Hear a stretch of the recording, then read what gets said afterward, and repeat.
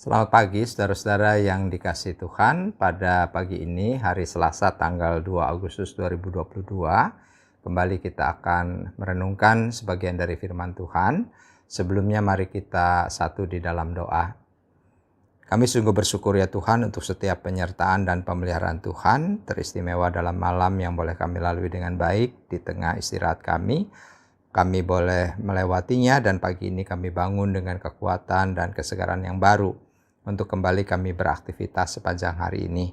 Kiranya Tuhan juga yang mendasari setiap aktivitas kami dengan firman-Mu, sehingga sapaan Tuhan pada pagi ini juga senantiasa meneguhkan dan menguatkan kami di dalam perjalanan kami sebagai orang-orang beriman. Terima kasih, bersabdalah ya Tuhan, terangilah hati dan pikiran kami ya Roh Kudus, di dalam nama Kristus kami berdoa dan kami memohon. Amin. Saudara-saudara, pembacaan firman Tuhan diambil dari Kolose pasalnya yang keempat, ayat 2 sampai dengan ayatnya yang ke-6. Saya akan membacakan demikian. Bertekunlah dalam doa dan pada itu berjaga-jagalah sambil mengucap syukur. Berdoa jugalah untuk kami supaya Allah membuka pintu untuk pemberitaan kami, sehingga kami dapat berbicara tentang rahasia Kristus yang karenanya aku dipenjarakan. Dengan demikian aku dapat menyatakannya sebagaimana seharusnya. Hiduplah dengan penuh hikmat terhadap orang-orang luar, pergunakanlah waktu yang ada. Hendaklah kata-katamu senantiasa penuh kasih, jangan hambar, sehingga kamu tahu bagaimana kamu harus memberi jawab kepada setiap orang.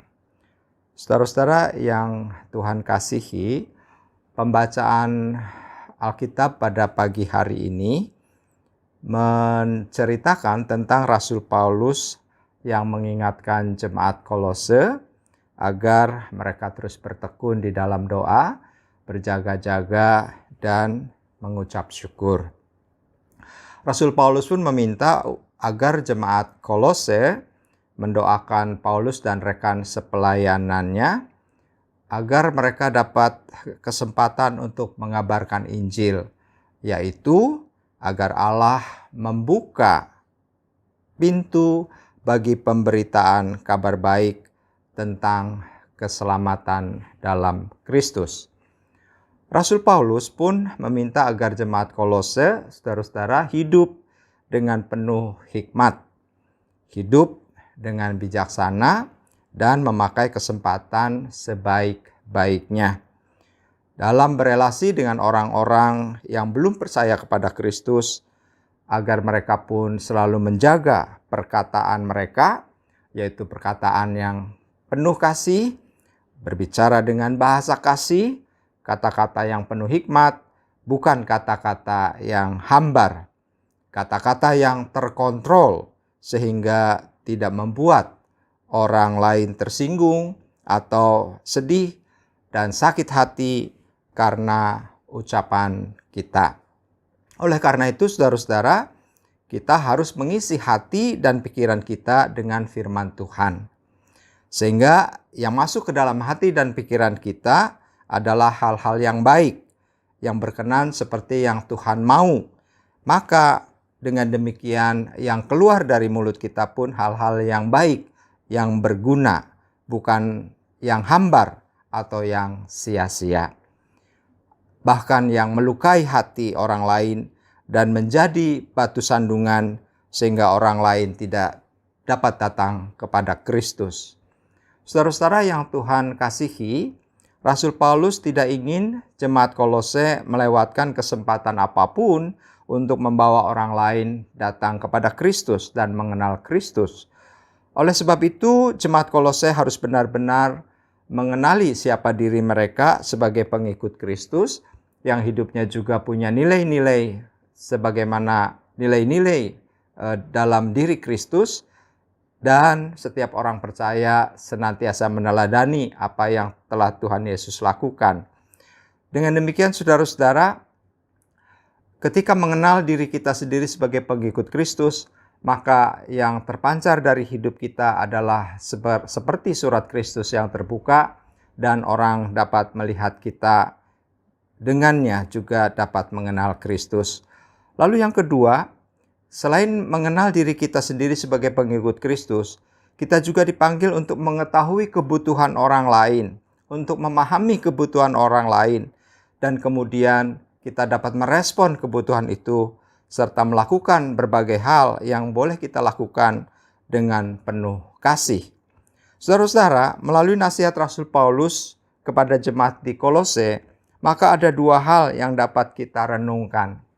Yang pertama, bahwa pemberitaan Injil atau pemberitaan kabar baik dapat dilakukan secara verbal, yaitu dengan berbicara tentang rahasia Kristus, tentang keselamatan Kristus, dan juga tentang Kristus yang adalah jalan kebenaran dan hidup, dengan menyatakannya sebagaimana yang seharusnya.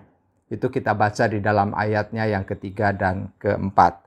Lalu yang kedua, saudara, pemberitaan Injil atau pemberitaan kabar baik dapat dilakukan secara non-verbal, yaitu melalui kesaksian hidup dan perilaku kita sebagai pengikut Kristus. Yaitu baik di dalam kita bertutur kata maupun sikap hidup kita yang tidak menjadi batu sandungan bagi orang lain, sehingga orang lain dapat datang dan percaya kepada Kristus. Dan yang ketiga, dalam memberitakan Injil atau memberitakan kabar baik, kita membutuhkan dukungan doa. Paulus membutuhkan dukungan doa dari jemaat Kolose agar ia dapat memberitakan Injil dan menyatakan rahasia Kristus. Pertanyaannya, saudara-saudara, mengapa perlu dukungan doa? Karena sesungguhnya kita ini hanya alatnya. Rasul Paulus hanya alat yang Tuhan pakai, hanya sebagai rekan sekerja Allah. Demikian juga dengan kita pada zaman ini. Kita dipakai Allah dengan talenta dan kapasitas kita masing-masing untuk menyatakan kerajaan Allah di tengah dunia ini. Dengan demikian, Kristus dapat semakin dikenal dan semakin banyak orang yang diselamatkan melalui apa yang kita beritakan, baik secara verbal maupun secara non-verbal, melalui tutur kata kita dan tingkah laku kita sebagai pengikut Kristus. Kiranya Tuhan menolong dan memberkati kita semua. Amin. Mari kita satu di dalam doa. Terima kasih Tuhan untuk firman yang kembali mengingatkan kepada kami, panggilan kami sebagaimana Rasul Paulus mengingatkannya kepada jemaat di Kolose, bahwa rahasia Kristus harus dinyatakan sehingga banyak orang menemukan jalan kebenaran dan hidup di dalam Kristus, dan mereka dapat datang kepada Bapa untuk mendapatkan keselamatan di dalam Kristus. Dan biarlah kiranya kami Tuhan jadikan sebagai alat-Mu untuk menyatakan firman dan kebenaran dan juga jalan keselamatan, baik secara verbal maupun non-verbal, dengan hikmat yang Tuhan berikan. Sehingga apapun yang kami lakukan, melalui tutur kata maupun melalui sikap, kiranya mencerminkan apa yang Tuhan kehendaki, sehingga kehadiran kami di tengah dunia tidak menjadi batu sandungan untuk orang lain datang, mengenal dan percaya kepada Kristus. Terima kasih untuk firman yang sudah mengingatkan kepada kami. Dan pada saat ini kami berdoa bagi setiap pergumulan kami. Tuhan mengenal kami satu persatu, dan Tuhan juga mengetahui apa yang menjadi kebutuhan kami. Kiranya Tuhan yang menolong, dan Tuhan juga yang memberi jalan keluar bagi setiap persoalan-persoalan yang sedang kami hadapi, baik itu persoalan rumah tangga, persoalan pekerjaan, maupun persoalan studi dan persoalan-persoalan hidup lainnya. Kami bagi yang sudah lanjut usia, kiranya Tuhan juga selalu pelihara dan jaga, memberikan kepada kami kekuatan pengharapan yang baru, sehingga di dalam mengisi hari-hari kami terus merasakan kehadiran Tuhan dan juga kekuatan dan pengharapan di dalam Tuhan. Kami berdoa bagi mereka yang terpapar COVID-19 di tengah pandemi pada saat ini yang belum usai. Biarlah Tuhan, kiranya Tuhan juga yang terus menolong, baik mereka yang dalam isolasi mandiri maupun di dalam perawatan rumah sakit. Kiranya Tuhan berkati segala upaya pengobatannya, dan Tuhan hiburkan dalam segenap keadaan mereka masing-masing. Kami berdoa juga buat pemerintah, kiranya Tuhan berikan hikmat untuk mereka dapat menangani melonjaknya kasus COVID-19 ini yang kembali merebak. Biarlah dengan hikmat yang dari Tuhan, pemerintah dapat menghandle, menangani semuanya ini dengan baik.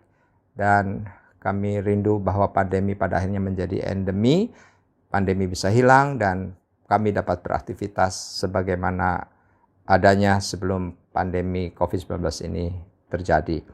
Terima kasih. Kami serahkan segenap aktivitas dan kehidupan kami sepanjang hari ini. Di dalam nama Kristus kami berdoa dan kami memohon. Amin.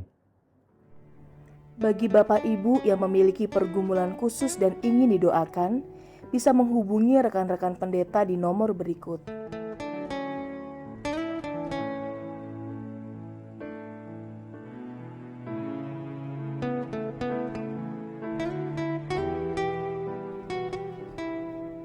Tuhan Yesus memberkati.